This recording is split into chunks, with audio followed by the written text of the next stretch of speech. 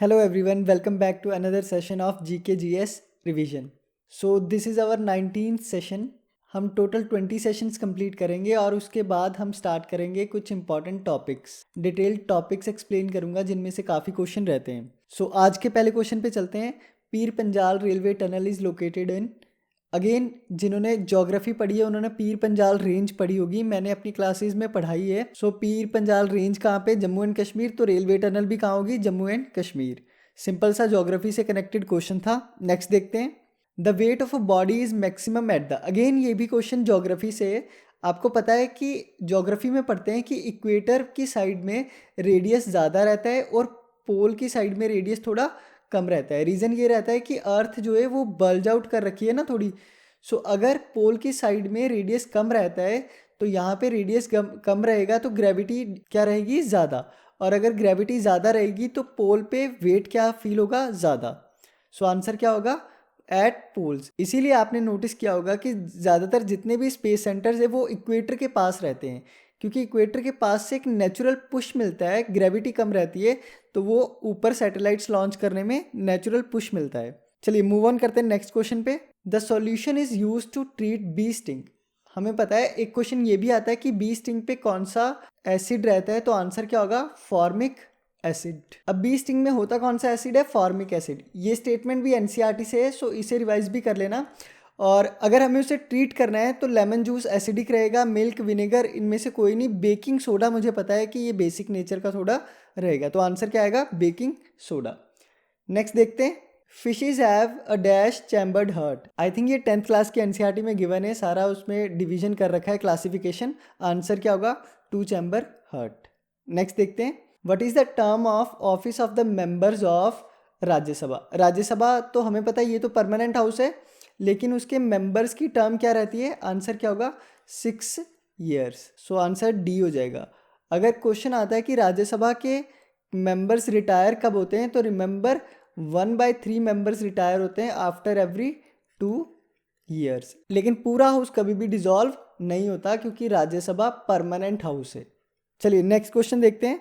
Name the viceroy who inaugurated New Delhi as a new capital of India in the year 1931.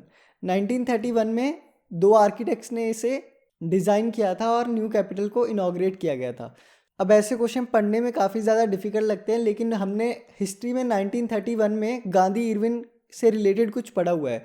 यानी उस time पे India पे viceroy कौन थे? Lord Irwin. सो answer क्या हो जाएगा? Lord Irwin. सो ये सिंपल क्वेश्चन 1931 से निकल जाना था. बाकी स्टेटमेंट सिर्फ आपको कंफ्यूज करने के लिए, क्वेश्चन को टफ दिखाने के लिए बनाई गई है. नेक्स्ट देखते हैं. What was the name of the party launched by Subhash Chandra Bose in 1939. अब ये तो हिस्ट्री का ही क्वेश्चन है और सिंपली हम पढ़ते हुए अपने सिलेबस में ही. आंसर क्या होगा? All India forward block. यही पार्टी थी जो सुभाष चंद्र बोस जी बनाते हैं. नेक्स्ट देखते हैं. Where are the Garo hills located. Indian geography का क्वेश्चन है. ज्योग्राफी में जब हम हिल्स करते हैं नॉर्थ ईस्ट की, तब ये पढ़ा था हमने. आंसर क्या होगा? मेघालय. एक ट्रिक याद रखना, गारो, खासी, जयंतिया, इन तीनों को कहाँ पढ़ा था? मेघालय में. गारो, खासी, Jaintia. Next question is Ram Setu is located in which of the following. अब हमें पता है कि इंडिया और श्रीलंका के बीच में कौन सी स्ट्रेट है? उसका नाम है पाक स्ट्रेट. बेरिंग स्ट्रेट ये रशिया और नॉर्थ अमेरिका की साइड यूएसए के बीच में. रशिया और यूएसए के बीच में. स्ट्रेट ऑफ जिब्राल्टर ये यूरोप और दूसरी साइड कौन सा है? नीचे अफ्रीका, उनके बीच में. और कील कैनाल जर्मनी की साइड है. खैर इतना कभी पूछेगा भी नहीं. आंसर क्या हो जाएगा? पाक स्ट्रेट. चलिए अगला देखते हैं. In which year was the Bombay stock exchange established. BSC कब इस्टेब्लिश हुआ था? आंसर क्या होगा? 1875. बैंकिंग अवेयरनेस में या फिर इकोनॉमिक्स में ये सिंपली पढ़ते हैं, तब मैंने करवाया भी था. नेक्स्ट देखते हैं. Which is the smallest bone. Again science का क्वेश्चन है. स्मॉलेस्ट बॉन कौन सी रहती है? आंसर क्या होगा? स्टेपीज. और लार्जेस्ट कौन सी रहेगी? लार्जेस्ट का आंसर क्या आ जाएगा? फेमर. मैंने अपनी क्लास में जब एयर को एक्सप्लेन किया था, आई थिंक एयर हमने फिजिक्स में पढ़ लिया था, तब ये पूरा एक्सप्लेन किया था. नेक्स्ट देखते हैं. Which day is celebrated as the world environment day.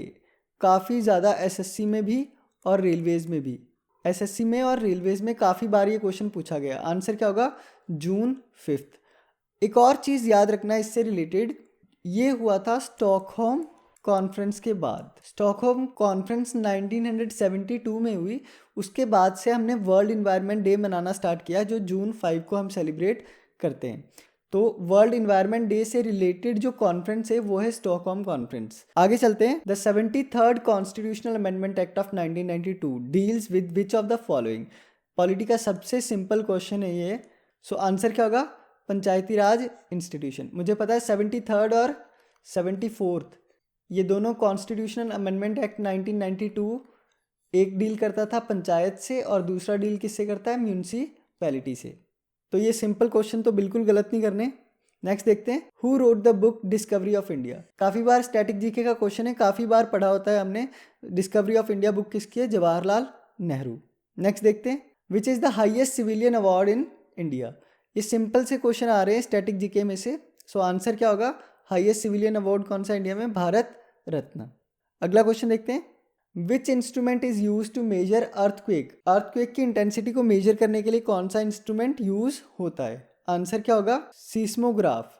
Actually एक और चीज़ है रिक्टर स्केल। रिक्टर स्केल जो है वो हमें मैथमेटिकल एक्सप्रेशन दिखाता है, जो ग्राफ बनता है उसकी। तो रिक्टर स्केल से भी अर्थक्वेक से कनेक्टेड है, लेकिन जो ग्राफ है उसका नाम है सीस्मोग्राफ्स, जो इसे मेजर करता है। सो इंटेंसिटी के लिए उन्हें रिक्टर स्केल आंसर देना चाहिए था, बट वो यहाँ पे है नहीं, तो हम सीस्मोग्राफ के साथ जा सकते हैं। नेक्स्ट देखते हैं। Which of the following rights deals with the freedom of religion. Religion की फ्रीडम के राइट्स कौन से हैं? अगेन सिंपल सा क्वेश्चन है। आंसर क्या हो जाएगा यहाँ पे? Article number 25 to 28। नेक्स्ट देखते हैं। When was the third Anglo Mysore war fort. Again history का क्वेश्चन है। एंग्लो मैसूर वॉर्स कितनी हुई थी? टोटल 4 एंग्लो मैसूर वॉर हुई थी। उनमें से थर्ड का टाइम पीरियड था 1790 to 1792 और लास्ट में 1799 में टीपू सुल्तान को डिफीट किया गया था। सो थर्ड पूछा है तो थर्ड कब थी? 1790 से 92 और ये फोर्थ थी। चलिए अगला देखते हैं। इन विच पीरियड अर्थशास्त्र वॉज रिटन। सो हमें पता है कि अर्थशास्त्र किन्होंने लिखी थी? कौटिल्य ने। कौटिल्य, चाणक्य, विष्णुगुप्त, कुछ भी कह सकते हैं। और अर्थशास्त्र कौटिल्य किनकी कोर्ट में बैठते थे? तो चंद्रगुप्त मौर्य। दैट मीन्स ये किनके टाइम पीरियड पे लिखी गई थी? मौर्यास के टाइम पीरियड पे। सो आंसर क्या हो जाएगा? मौर्य। चलिए मूव ऑन करते हैं नेक्स्ट क्वेश्चन पे। Which poisonous gas was released in Bhopal gas tragedy. ये भी क्वेश्चन काफ़ी बार रिपीट होता है। रिमेंबर भोपाल गैस ट्रेजेडी पर एक क्वेश्चन उसके ईयर से रिलेटेड आया है। सो ये 1984 साल याद रखना। दिसंबर 3 था आई थिंक, दिसंबर 3 1984। और इस गैस को साइंस एनसीईआरटी में ही एक्सप्लेन किया हुआ है। सो गैस थी मिथाइल आइसोसाइनेट। एक्चुअली वहाँ पे पेस्टिसाइड एक प्लांट था, वहाँ से ये लीक कर गई थी और काफ़ी ज़्यादा कैजुअलिटीज़ हो गई थी। So that's it for today. आज भी हमने 20 क्वेश्चंस कवर कर लिए हैं। हमारे टोटल क्वेश्चंस 380 के आसपास हो चुके हैं। आई होप आपके लिए ये सेशंस काफ़ी यूजफुल रहेंगे। थैंक्स फॉर वॉचिंग और इस वीडियो को लाइक, शेयर और चैनल को सब्सक्राइब ज़रूर करना। Thank you.